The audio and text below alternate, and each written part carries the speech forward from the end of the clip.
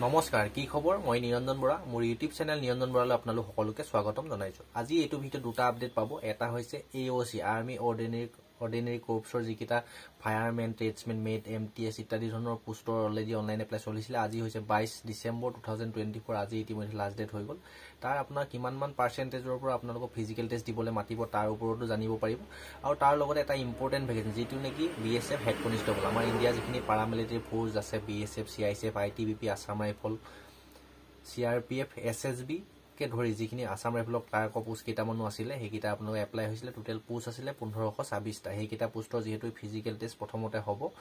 1600 metre running হ'ব লৰাৰ কাৰণে আৰু ছোৱালীৰ কাৰণে 800 মিটাৰ ৰানিং হ'ব ইতিমধ্যে অলৰেডি মই ডিটেইলছৰ কেইবাটাও ভিডিও বনালো আপোনালোকক ডিসেম্বৰ হোৱা কথা আছিল কিন্তু ডিসেম্বৰ নহল নোহোৱাৰ কাৰণটো হ'ল আপোনালোকে গম পাইছে যে যিখিনি CISF ফায়াৰমেন CISF ফায়াৰৰ যিখিনি পোষ্ট আছিল তাৰ ইতিমধ্যে ফিজিক্যাল টেষ্ট ষ্টাৰ্ট হৈ গল আপোনালোক এডমিট কাৰ্ডো আহিলে ফিজিক্যাল তো আছে 24 ডিসেম্বৰ পৰা আৰু লাষ্ট আপোনালোক 20 জানুৱাৰী লৈকে ফিজিক্যাল খিনি চলি থাকিব এতিয়া আপোনালোক দুইটা কথা জানিব পাৰিব BSF হেড কনষ্টেবলৰ কেতিয়া আপোনালোকৰ ফিজিক্যাল টেষ্ট অনুষ্ঠিত হ'ব মানে এডমিট কাৰ্ড কেতিয়া মানে আহিব আৰু AOC বিষয়ে জানিব পাৰিব কিমান পাৰ্চেন্টেজৰ পৰা আপোনালোকৰ এডমিট কাৰ্ডখন আহিব আৰু ৰানিং কেতিয়া ষ্টাৰ্ট হ'ব দুইটা বিষয়ে জানিব পাৰিব দুইটা আৰম্ভ কৰাৰ আগতে ভিডিওটো মই কোৱাৰ আগতে মোৰ চেনেলটো যদি আপোনালোকে এতিয়ালৈ সাবস্ক্ৰাইব কৰিছে তেন্তে বহুত বহুত ধন্যবাদ আৰু যদি সাবস্ক্ৰাইব কৰা নাই তেন্তে সাবস্ক্ৰাইব কৰি কাষতে থকা বেল আইকনটো প্ৰেছ কৰি অল কৰি থৈ দিব তেতিয়া মই এনে গুৰুত্বপূৰ্ণ আপডেট বিলাক যিমান পাৰো সোনকালে যেতিয়া আপডেট দিও তেতিয়া প্ৰতিটো ভিডিও পাবৰ কাৰণে বেল আইকনটো প্ৰেছ কৰি থব তেতিয়া নটিফিকেশন গৈ যাব আৰু আপুনি কন্টিনিউ ভিডিওখিনি চাই থাকিব পাৰিব আহক এতিয়া ভিডিওটো আৰম্ভ কৰো প্ৰথম কথা হল AOC আপোনালোকৰ যেটো আৰ্মি অৰ্ডিনাৰী কৰ্পছৰ আপোনালোকে যদি এপ্লাই কৰিলে সিম্পল মেট্ৰিক পাস কৰিলে আপোনালোকে দুইটা পোষ্টতে এপ্লাই কৰিব পাৰিছিল কিন্তু সকলোৱে এডমিট কাৰ্ড নাহিব যেহেতু আমাৰ চাৰিখন অৰুণাচল প্ৰদেশ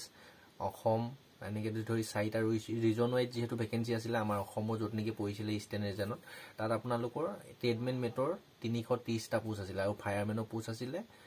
71 টা মাত্ৰ দুইটাতে যদি যিকোনো পোষ্টত এপ্লাই কৰিছে শৰ্ট লিস্টেড কৰিব যাৰ পাৰ্চেন্টেজ বেছি আপোনালোকে যদি মিনিমাম 50% মান আছে 50 পৰা ওপৰত যদি আছে তেতিয়া আপোনালোকে এডমিট কাৰ্ডখন অহাৰ চান্স আছে তেতিয়া হলে আপোনালোকে ফিজিক্যাল টেষ্টৰ কাৰণে প্ৰিপাৰেচন কৰিব পাৰে অলপ মানে এতিয়া ৰানিংটো কৰি থক যেতিয়া এডমিট কাৰ্ড আহিব তেতিয়া ভালদৰে হাৰ্ডলি কৰিব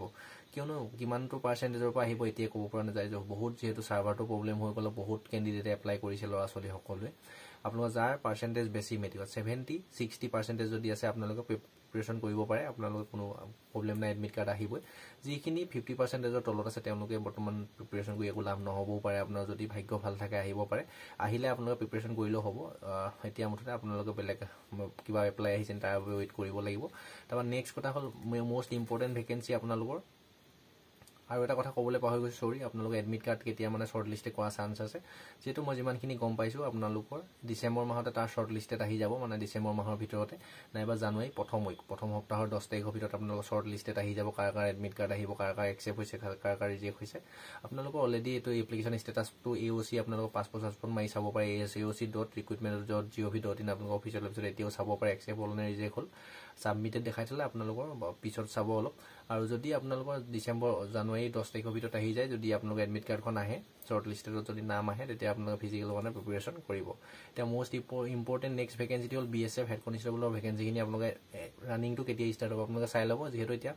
ফায়াৰমেনৰ ইতিমধ্যে ৰানিং চলি থাকিব 20 জানুৱাৰীলৈকে যেহেতু ফায়াৰমেনৰ চলি থাকিব যত নেকি CISF পোষ্টটো আছিল আমাৰ BSF হেড কনষ্টেবলৰ সেইভাবে আপোনালোক 20 জানুৱাৰীলৈকে কোনো ধৰণৰ ৰানিং নহব এটা নিউ ডেটটো আপোনালোকে এক্সপেক্টেড কোনো ধৰণৰ অনুমানিক অফিচিয়ালি ডেট যেটো নটিচ দিয়া নাই আপোনালোকৰ 25 জানুৱাৰী মানত হয়তো হ'ব পাৰে যেটো 25 জানুৱাৰীৰ পৰা ষ্টাৰ্ট হ'ব পাৰে নাইবা ফেব্ৰুৱাৰী আপোনালোকৰ প্ৰথম সপ্তাহৰ পৰা ষ্টাৰ্ট হ'ব পাৰে কিয়নো এতিয়া CISF খিনি দেখিলে আপোনালোকে মানে আপোনালোক কৈ দিলো যেহেতু CISF 5 দিনৰ আগত আপোনালোক এডমিট কাৰ্ড আহিছে দেখিছে আপোনালোকে সেইভাবে BSF হেড কনষ্টেবলৰ কাৰণে যদি এপ্লাই কৰিছিলে প্ৰিপাৰেচন কৰি থক যেহেতু সকলো এডমিট কাৰ্ড আহিব আপোনালোকৰ যদি 25 জানুৱাৰীৰ পৰা ধৰিলক মই এক্সপেক্টেড অনুমানিকটো কৰিলো যদি ৰানিংটো ষ্টাৰ্ট হয় তেতিয়া আপোনালোক 20 জানুৱাৰী মানত হয়তো এডমিট কাৰ্ড আহিব পাৰে নাইবা ফেব্ৰুৱাৰী যদি 1 তাৰিখৰ পৰা ষ্টাৰ্ট হলে আপোনালোকৰ 25 জানুৱাৰী মানত এডমিট কাৰ্ড আহিব পাৰে মাত্ৰ 5 দিন বা 6 দিনৰ আগতহে আপোনালোকৰ এডমিট কাৰ্ডখন আহিব যেহেতু যিসকলে কমেন্ট কৰি সুধি আছিল মই ভিডিওটো জৰিয়তে কৈ দিলো যে মোৰ যেটো অনুমানিক ধাৰণা আছে আৰু হোৱাটো সিওৰ আপোনাৰ কনফাৰ্ম হ'বই আপোনালোকৰ যেহেতু ফেব্ৰুৱাৰী মাহত আছে জিডি লগত ইমান মতলব নাই হেড কনষ্টেবল আপোনালোকৰ একেলগতো হৈ যাব পাৰে সেইভাবে আপোনালোকে প্ৰিপাৰেচনটো কৰি থাকক আজি ভিডিওত এইকিটা ইনফৰমেশন দিলো আপোনালোকক যদি ভিডিওটো ভাল পালে লাইক কৰি দিব আৰু যিসকলে কমেন্ট কৰি আছিল নিশ্চয় ভিডিওটো পাই ভালে লাগিছে আপোনালোকৰ চেনেলটো সাবস্ক্ৰাইব কৰিব আৰু সকলো লগৰ বন্ধু বান্ধৱীলৈ শ্বেয়াৰ কৰি দিব আৰু ইয়াৰ পিছতে কিবা যদি বুজি নাপালে কমেণ্ট কৰিব আৰু কিবা যদি জানিবলগীয়া থাকে তেতিয়াও কমেণ্ট কৰিব মই কমেণ্টৰ ওপৰত ভিত্তি কৰি ভিডিঅ' লৈ আহিম আৰু আগলৈ এনেধৰণৰ গুৰুত্বপূৰ্ণ ভিডিঅ'সমূহ পাই থাকিবৰ বাবে চেনেলটো ছাবস্ক্ৰাইব কৰি ৰাখিব ডেছক্ৰিপশ্যনত টেলিগ্ৰাম চেনেলটো দিছোঁ টেলিগ্ৰাম চেনেলটো আপোনালোকে ছাবস্ক্ৰাইব কৰি ল'ব আৰু লগতে ইনষ্টা আইডিটো দি থৈছোঁ ইনষ্টা আইডিটো ফ'ল' কৰি ৰাখিব নেক্সট আকৌ অন্য এটা অতি গুৰুত্বপূৰ্ণ ভিডিঅ' সৈতে আপোনালোকৰ সন্মুখত লগ পোৱাৰ প্ৰতিশ্ৰুতি আজি এই ভিডিঅ'টোৰ পৰা ইমানতে বিদায় লৈছোঁ ধন্যবাদ